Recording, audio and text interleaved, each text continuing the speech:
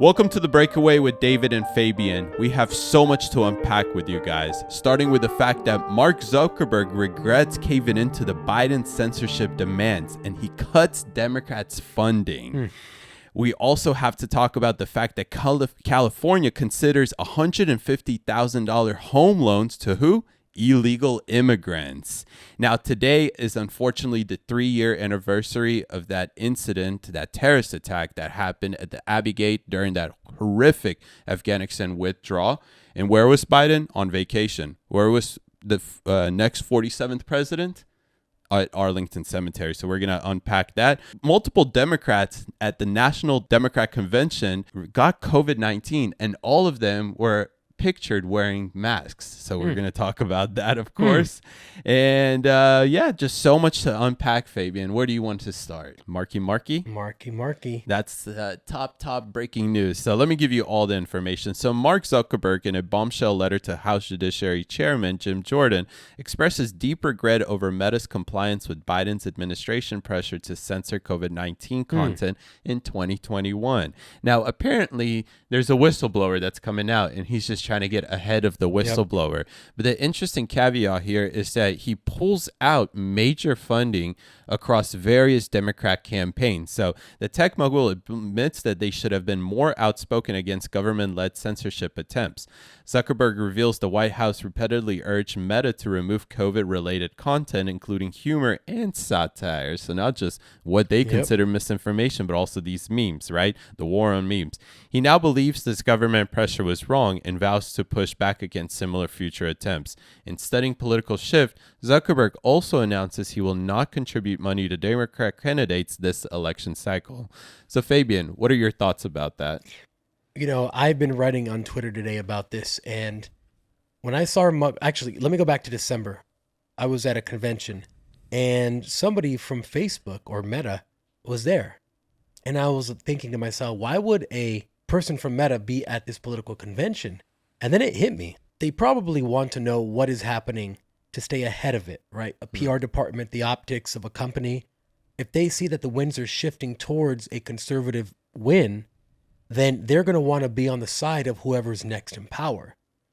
And that's what I immediately thought. Then when I saw Mark Zuckerberg go through his metamorphosis to the new Zuck 2.0, where he has long hair, he's basically dressing like me with black shirts and chains, and he grew his hair out. What happened to Zuck all of a sudden? Well, I think his PR team was getting him ready for this metamorphosis. And now he's going to UFC fights. He's doing jiu-jitsu, etc. And now and then the other day he said, that was one of the most badass things I've seen, referring to Trump dodging the bullet and putting his fists up. And now we have him coming out and saying, I pulled my support from Democrats or my funding, and I'm sorry that this happened. So to me, it seems like they've been seeing this shift in culture for a while, and they want to get ahead of it, just like Beyonce doing that country album with the American flag now on a horse, where everyone sees culture shifting, and they want their musical artist or their Mark Zuckerberg tech guy to be ahead of it so that we don't hate him after. And so we get to play nice by the administration. It is an interesting change in optics, I have to say, because just a couple of years ago, we could have just looked at two different households and looked at one with the American flag and another one without an American flag, and would have been like, okay, I know this American flag waving house is probably voting conservative.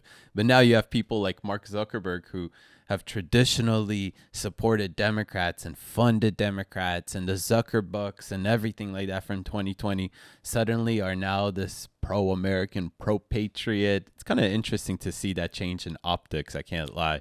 But one thing that I want to say is interesting is just the overall dynamic shift between these individuals that are in the tech field, because Jeff Bezos, Washington Post, he allowed an article to come out that super criticized Kamala when one of her advisors leaked that they're planning to put a federal ban on price gouging. So perhaps this shift is happening because I think that perhaps these people weren't so crazy leftist or anything like that. They're maybe center left, pretty liberal and whatnot. And maybe like a lot of center left Democrats, they've suddenly found themselves conservative. Not in terms of they're conservative, but the left has shifted so far left that they stayed where they were, and oops, all of a sudden you're center right. Yeah, to me, it reeks of self-preservation, where their only loyalty is to their company and to make sure it succeeds. If it does, whoever's in power, that's fine, you play with honestly. them. And the thing is, I hope that they're smart enough to see that they are being alienated from the party that they once supported. Could it be? Could it not be? I don't know, but I would hope that they saw it, and I hope that they were actually doing exactly what you said, was just playing along, even though they didn't really believe in it. One thing that I guess he admitted to in this letter is that Biden-Harris administration pressured Facebook to censor Americans. Facebook censored Americans. Facebook throttled the Hunter Biden laptop story. But I'll just remind the people that are watching, Democrats have said that between 13 to 14% of them would have changed their vote if they would have known about the context or the actual story regarding the Hunter Biden laptop. So the fact that Facebook essentially decided who was the winner in 2020 probably put a lot on Mark Zuckerberg in terms of guilt, realizing that, holy crap, he thought he was probably doing a good thing by complying with certain demands by the government and campaigns, because we can't forget the Biden administration, before it was an administration, when it was just a campaign, was actively reaching out to Meta, Mark Zuckerberg, to take off certain stories like the Hunter Biden story, right? So now he'd admitted fully to it, and people are saying big win for free speech. I'm just reading one after another. Big win for free speech. No, not at all. Because I think people forgot that the Supreme Court ruled that, yes, the government can tell Meta and these various big tech companies, if they want to or if they feel like it, hey, they'll reach out to them and say, hey, can you please take this off? We believe it's misinformation, whatever, hate speech, whatever they want to say. One really important tweet that Elon Musk tweeted today, actually yesterday, he said, and there was a picture of Pavel, who is a creator of Telegram, who is now under arrest in France, facing up to 20 years. That just happened. We have to look into that story as well. He said the only reason why Pavel is locked up and Mark Zuckerberg is free is because Mark Zuckerberg sold everything, or he sold himself, basically opened the doors to the government. Because why else aren't they knocking at his door? It's much larger than Telegram. At this point, I don't know by how much, but they also own Instagram, compared to Pavel, who is now in prison. Same type of app. People just talk. It's just a messaging app. But one person worked with the government, the other person didn't. And that person is in jail. And Mark Zuckerberg is now writing letters and going to UFC fights. So I do not trust that guy as far as I can throw a ball. I don't trust him ever since I saw that one video where it looked like he malfunctioned. I can't remember what it was. Maybe it was a congressional hearing or something like that, but it literally looked like he malfunctioned. And I was like, yeah, all of a sudden these people that say that there's lizard people, yeah, they make sense. My favorite part from that hearing, I think it was the same hearing, was one of these just senators who's so out of touch with reality. He asked him, how do you make money? And Mark Zuckerberg goes, Senator, we sell ads. And it was just like he didn't understand how Facebook made money. And I'm like, these are the guys who are making the decisions. They are so out of touch. This guy was older too. He probably doesn't even know how to use Facebook. He was like 80 years old, and the only way that he doesn't use Facebook. His interns use the Facebook for him. He has to ask his grandson, hey, how do I use Facebook? How do we make this blah, blah, blah, and all this? These are the guys writing the laws. These are the guys writing the laws. That's why you guys should support term limits for everybody that's in Congress, right? And then you should also support what Vivek says, is that not just term limits, that's not enough, because they can go out of Congress afterwards and then do what? Lobby the people that come in and replace them on whatever company that they choose to work for. And then they can buy stock options and become filthy rich. And the people that have $100,000 salary all of a sudden become rich as hell, like Nancy Pelosi, all these other elite congressmen. So, there's a lot of reform that needs to be established to that. But and to Tand's point, Vivek was also proposing a 10-year moratorium on being able to work for any lobbying company after you leave Congress. So to disincentivize you, and 10 years is a long enough time span where you probably don't have any pull at that point, or you have very little pull because a lot of the people that were in office are now out of office. thus negating your ability to influence people, which is, I think, how it should be. To get money out of politics, remove the incentivization for people to go and get rich in Congress and in government, and make them compete with other people in the open market of business.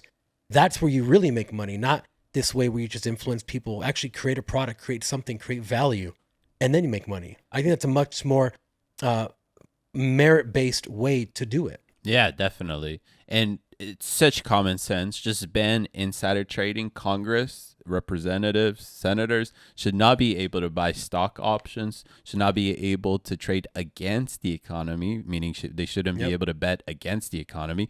What the hell? How the hell does that even make sense in the first place, that you're a senator or House representatives representing the interest of Americans, the best interest of Americans, yet are shortening our economy and are making money off that? That's absolutely ridiculous, and it should be illegal. And that's why I like how Vivek laid it all out. It's not just one thing. Like, if it's just banning them the ability of doing this, that's not enough, because what happens after they get out of Congress, after you put these limits on them? And Vivek, he knows how to look at the entire picture like that. Imagine if you were reading Roman history and you learned that the senators in Rome were betting against their own country to make money while they made decisions. We would think that is so stupid. That would never happen in today's world, but it is happening right now. And that's what's sad. And then these people like Nancy Pelosi, who is literally the best trader in the market, goes in front of the press and says all of these things, and then deflects whenever someone brings up that question of should congressmen and women be able to trade stocks. It's like, why would they vote against their self-interest? But if you, on day one, remove their ability to make money in the stock market, it's going to be, it would be interesting to see how many of them say that they're going to retire. Because then you know who was really in it for the money. Yeah, definitely. Well, a lot of them would honestly not become senators or House representatives in the first place, right? Because if you take away the incentives of becoming rich, you take away a lot of these idiots that come into Congress not to represent the interests of people, but just to become filthy rich. Why don't we switch gears for just a second and talk about something absolutely hilarious that I saw. Remember a few years back when the BLM riots were happening and a CNN reporter was on live, and they were asking her about the protesters, or they're asking him about the protesters, and he was like, yeah, they're burning down stuff and, looting and whatnot, but don't worry, it's mostly peaceful. Well, we had another one of these moments occur. Currently, right now in England, there's a big festival that's happening. Up to 1 million people are expected to attend. And this lady was giving an interview to who? The BBC, the CNN version of England, right? And they ask her, what is it like there? We heard that there were some stabbings. So she addresses the stabbings. She says that they were that they're collecting knives. They're trying to find the suspect. But don't worry, guys. It's mostly peaceful. England is in a whole lot of trouble right now. I've seen some really sad videos coming out. Just the other day, there was a father, 2 days ago, walking his kid down the street with a stroller, and then this Muslim immigrant guy, I guess he was identified as an illegal immigrant or whatever they call them there, migrants. I don't know what they call them in England. But he took a knife out and stabbed the guy in the neck. I saw that video. That was crazy. And I don't know how that guy survived, because that's a really, really scary place to be stabbed, right in the jugular. Yeah. So luckily he survived, but man, what is going on there? And he continued actually afterwards, like walking with his kid. He got out of there. He was in shock, definitely in shock, because the first thing you should do is grab your neck and stop the bleeding. But in those situations, you have adrenaline going. You don't know what happened. You don't understand how severe it is. And unfortunately, knife fights, people usually do that for like 5-10 seconds, and then they just kind of collapse from the blood loss. I've seen many of those. But I'm glad he's safe. And England, you guys have a lot of problems right now. You guys gotta fix that stuff up, and hopefully that's not what's gonna happen here in 5 years. Because as we know, whatever happens in Europe will happen here in the United States in 5 years. So hopefully it's not a little sneak peek at what America can come Unless to. it's fashion, and then it goes the opposite way. That is true. All right. Today is a historical day in the United States because it marks the 3-year anniversary of the incident at Abbey Gate in Afghanistan.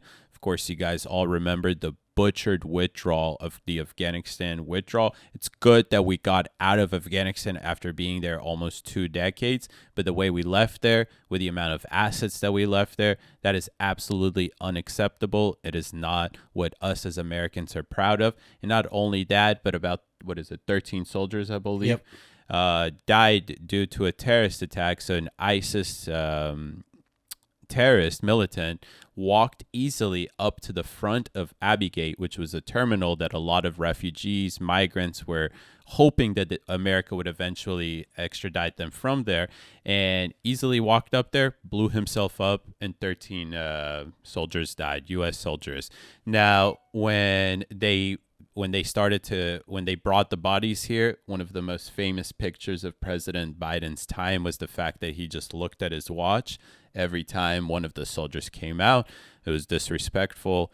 It was all over the news. But what's even more disrespectful, in my opinion, is that where's Biden today? He's on vacation in Delaware. On vacation. At the beach, enjoying his time on the anniversary today. Where was President Trump?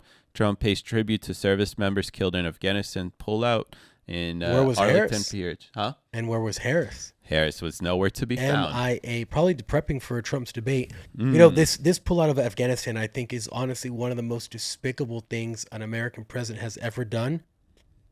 It was just so despicable how it was done in the form that it was done. But I know that there was a bigger plan to leave all that stuff there, because now they are using it, they are selling it, and the Syrians have it. Hezbollah has some. Everybody has some of the American equipment now, using it against American interest. And my cousin was in Afghanistan, and he lost one of his best friends there. Oh. And I can't tell you how pissed he was to learn that happened. He basically said, why did I do all that? Yeah. For what? This is what my government does to me. There are a lot of veterans who feel the same way, and I don't blame them. I was pissed, and I'm not even a veteran. Yeah, and put on top of that the fact that we're sending so much money to Ukraine when there's veterans here from that war, from the time of us being involved in Afghanistan, who are not even able to afford basic health care, or not able to afford a house, or are on the street addicted to whatever it is, while we're sending all this money overseas to what? Another war, right? So it's absolutely crazy, and it's just one failure after another by this administration. The withdrawal was a failure, and I like the overall narrative. Since we're at this anniversary, let's talk about the narrative that's been built around this. They constantly blame Trump. It's Trump's fault. He negotiated this. He negotiated with the Taliban. We never negotiate with terrorists. Well, first of all, if you want to get out of Afghanistan, you need to set something up with not just the Afghanistan government who you're supporting there, but obviously with the militant terrorist group that you're hoping to defend, not to have power there, right? So you obviously have to negotiate some sort of terms with them. And I guarantee you that if Trump was in power, they were so scared of him that first of all, they wouldn't have done that. But second of all, Trump wouldn't have pulled out if certain things weren't checked off, as they weren't. Yeah, like, you can't tell me that they were just gonna literally, okay, we're out of Afghanistan, everything looks good. What was it, in like 9 days or something? I forget the amount of time that it took them to get out, but it was so quick. People were leaving stuff. It was like, hey, we got to get out now. Yeah. And apparently they told them to remove all the sensitive electronic systems off whatever they were leaving. They left helicopters. I read a report that says like Afghanistan has like the second or third most helicopters out of any army in the world, or something ridiculous like that. But the one thing that is good is that, no, it's bad that we left all this equipment there, of course. I don't even know what the plan was in the first place to get that equipment Apparently out it was of there. too expensive to bring it back. That was literally what they said. And that is horseshit, because, there are actual internal documents that have been revealed by Daily Wire, this was a year or two ago, of what was the Pentagon talking about and planning around this crucial time, even after the Abbey Gate incident. Guess what? They were so worried about fighting, guess what? Climate change. This is literally with the top officials at the Pentagon at the time of the Afghanistan withdrawal, what they were super hyper focused about: fighting climate change. And of course, Fabian, don't forget a little bit of DEI as well. And for everybody that's going to say that's BS, there's literally internal documents between top senior Pentagon officials at the time of the withdrawal, what they were focused about. So, of course, there's the no number plan one to issue. bring this It was stuff at the back. very top of that. The very top of that, right? Because climate change is such, oh man, that is above anything, above ISIS, above Islamic fundamentalism, everything. That is the religion they follow. You're And, right. That is a religion. You know, I don't know how many generals that were actually America First generals were so incredibly pissed at the army. I wonder how many retirements it caused. I wonder. A lot. Stuff that we're not even hearing about. Yeah. And listen, if we had good journalists, maybe the media would fucking do their job so we could freaking hear this from them. But no, they're too worried about painting a narrative that it's not Biden and Harris's fault. Don't worry, guys. It's not the fact that they have weak foreign policy that causes geopolitical crisis across the entire world. It's Trump's fault. It's the Trump's guy that fault. didn't start any wars, the guy that had Putin in the corner, the guy who crossed the DMZ peacefully. Oh, we can go on and on, because the reason why all of this comes into my mind is because we talk about this on a daily basis when we do our TikTok live debates. People try and tell us how much better Kamala Harris and Biden administration is with foreign policy when there's so many examples of failure, one failure after another. And my most favorite argument, you know this. Oh, we'll just save this for later because this isn't even part of of getting some withdrawal. We can move on. But I think everyone understands that it was such a calamity that that befell the U.S. Army and the entire armed forces when the president decided to capriciously, almost it seems like, pull out of a country that you spent 20 years there. Yeah. How many trillions of dollars, and you leave what I think it was like $200 billion of equipment. That's a lot. That is insane. That's as much as we've given to Ukraine around that amount in aid. Yeah. That's crazy. Always a question I have in mind is this negligence or is this intentional? I think it was intentional. And you said it was intentional. So I think they needed a way to go after Iran, Hezbollah, and all these other places. And if they have U.S. equipment now, then they become more of a threat. And more of a threat demands more of a response. And guess what they use to respond? More weapons. Who wins? Boeing, Raytheon, the same old people, the military-industrial complex. Because as long as there's war, they're making money. Now they have this going on. Now they also have the Ukraine war going on. Like, they are making money. I remember during the Ukraine war, they got a contract from the government to triple their artillery production. To triple it. That's actually incredibly hard. So guess who was funding it? Us. The taxpayers are funding these military industrial companies to triple the amount of artillery they had because they made a determination that if we went to a full-scale war with Russia, we would be out of artillery in something like a month because of the amount of artillery that we'd have to use against Russia, because Russia is our artillery-heavy army. That's how they soften you up. But I was reading that and I'm like, triple. And then it all made sense because as soon as BlackRock got the contract to rebuild Ukraine, that's when I was really done with that whole thing. I go, nope, I understand what's all happening now. Done. I'm done. As soon as BlackRock gets involved, you know you're done with it. You definitely should be. Let's switch gears to another place where BlackRock is really involved, and that is your home place, California, which is now considering $150,000 home loans for illegal immigrants. Mm-hmm. California is close to approving a measure that would make illegal immigrants eligible for up to $150,000 in state-supported home loans for down payments. State-supported is just them saying that your taxpayers in California is going to pay for illegal immigrants' housing. Another conspiracy theory proven right. The California Dream for All, that's what the program is called, would provide 20% down payment assistance with no savings required from recipients. And Governor Newsom's spokesperson says he would evaluate the bill on its merit if it reaches his desk. Yeah. Well, considering that California is basically all Democratic state senators and it's going to get there. I just told you when we were in the car earlier, I can already see what's going to happen. You get any illegal immigrant and you say, hey, I'm going to pay you $1,000, fill out this application. And guess what? Now you just got a free house from the government because you had an illegal immigrant sign the application. If you don't need savings, you don't need money, You just need. How do you even qualify? I mean, what do you give them an ID? I don't even know what's going on. But these illegal immigrants are going to be used by people who are going to get houses in their names, and then they're just going to rent them back to Americans. That's exactly what I would do, honestly. That's going to be the new scam. That's going to be the new PPP loan scam. That's crazy. Why don't we talk about this briefly? Because we are always told that Democrats, they are the ones that are actually going to take care of illegal immigration. They're not incentivizing illegal immigration. And every time they come out with some stuff like this, I think to myself, what are people in Central America thinking? What are people in South America thinking? They're thinking, well, now it's actually worth to make the trip up to the southern border. And all you need to do is find a gap in the southern border, see some border patrol agents when you're already in America, say I'm seeking asylum, and they'll take you to a detention center. They'll give you a court date. They'll give you an iPhone better than mine that I have, and they'll say you come back whenever this phone rings for your court date. By the way, would you like to go to New York, Miami, Los Angeles? That sounds like a dream. If I was in Central America and you said, "Hey, we're gonna show you how to get in.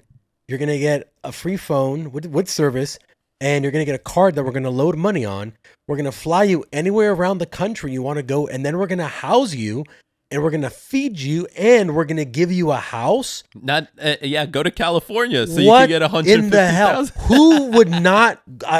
I'd be the first one. I'd be crossing that Darien Gap in no time. Yep.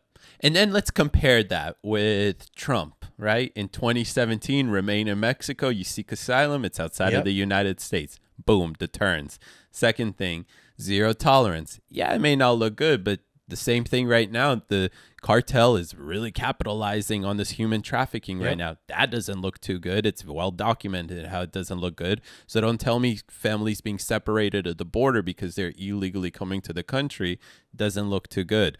But that, again, is also a deterrence. So very simple question. Do Democrats incentivize or deter illegal immigration?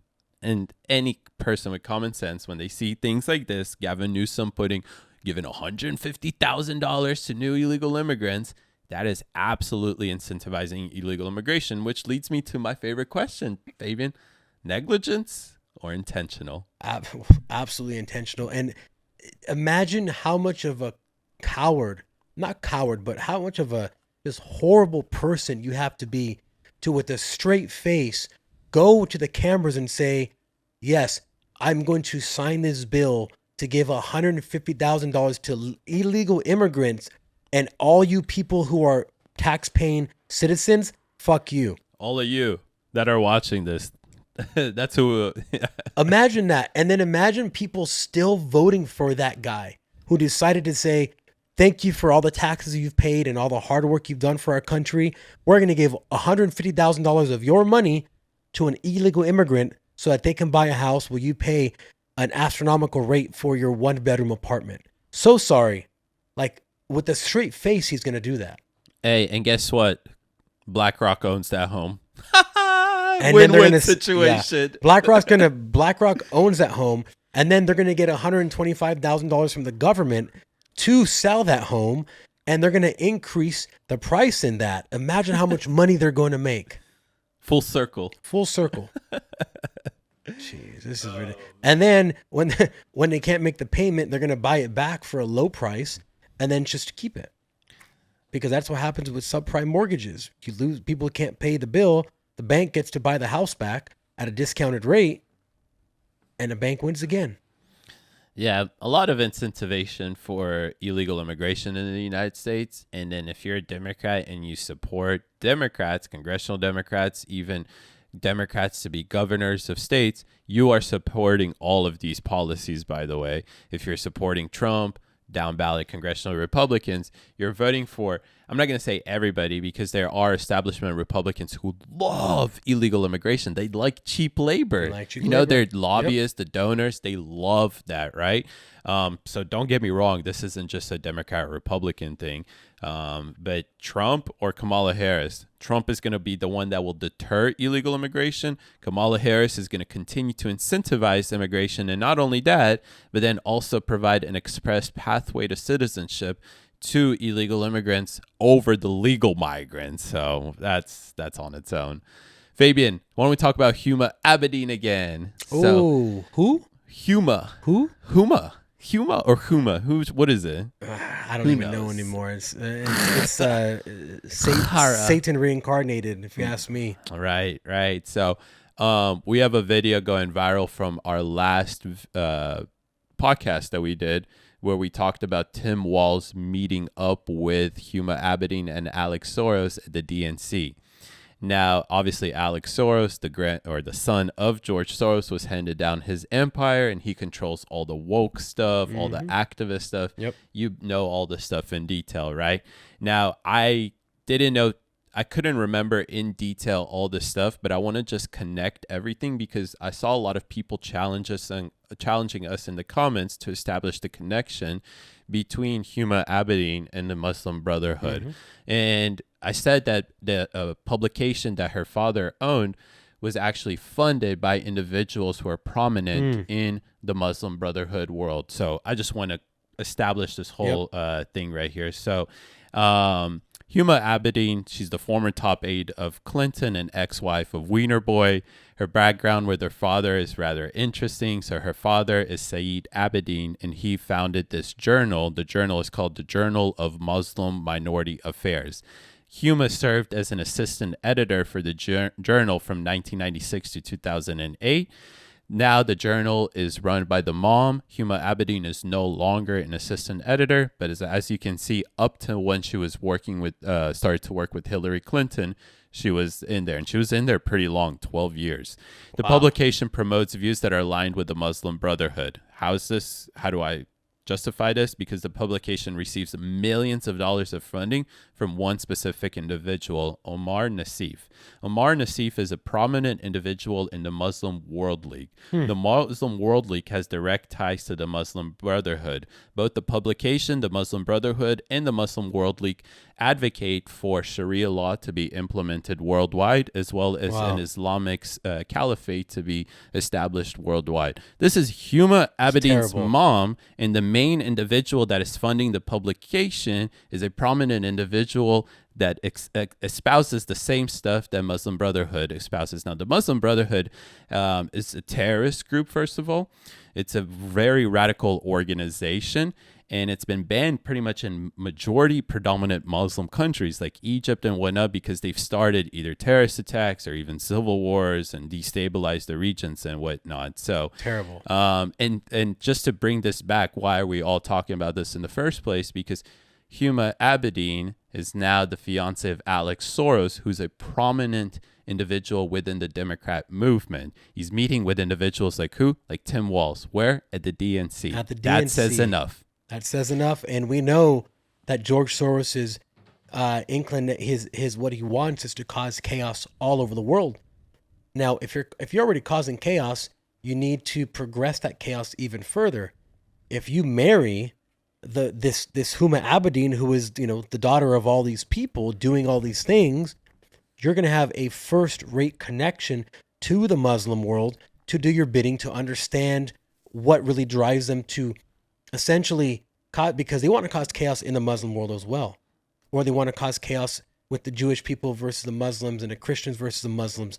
So you have a first-class ticket to understanding what really drives them and how to develop a message that's really going to do what you want them to do, whether it's infiltrate more, whether it's create division within the own Muslim community, whether it's to wokeify the Muslim community. No one knows at this point, but all bets are off and all things are on the table because all they care about, as George Soros says, is causing chaos, because only in chaos does history move forward. And that's what he wants. He doesn't care what form of government. He even says he doesn't care if it's communism or if it's socialism or if it's anything else, if it's whatever it is. He just wants to keep things moving forward and not stay the way we are right now. So that's his goal. And the meeting is a perfect representation of that, because what is currently happening in the Democrat Party? They're having a civil war like we are having in the Republican Party over Israel, right? Over 100,000 people showed up at outside of the DNC to protest Democrats' stance on Israel. Now, Alex Soros was the one that was funding all of the encampments. We've directly tied that. We've shown that. We've shown how they pay all of these local leaders to organize the encampments, the protests. They get paid very well paid for that as well, right?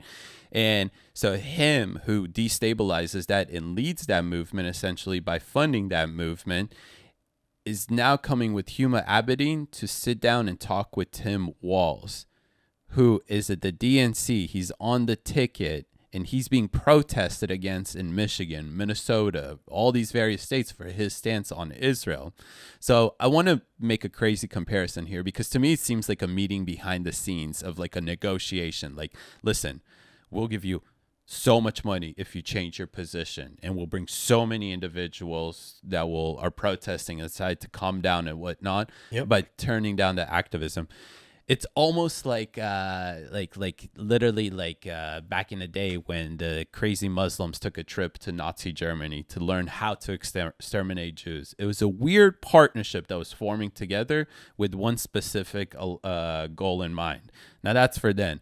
For now, why are individuals who are prominent in destabilization and in the Muslim world are meeting together with the prominent Democrat leaders who are on the ticket right now? And to me, it's pretty clear. It's what you talk about all the time. Absolutely. And he even brought his own bargaining chip, which was 100,000 people probably organized through Huma Abedin and her connections to say, hey, Tim Walz, you know those 100,000 people protesting? Guess what? I can shut them down. I can turn them around because they're the ones paying them. They're the ones bringing them most likely. So that's exactly what that meeting was all about. Absolutely. So what do you give up to have them stop protesting you?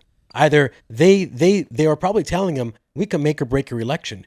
We can have the leftists and the Muslims not vote for you, and then who are you left with?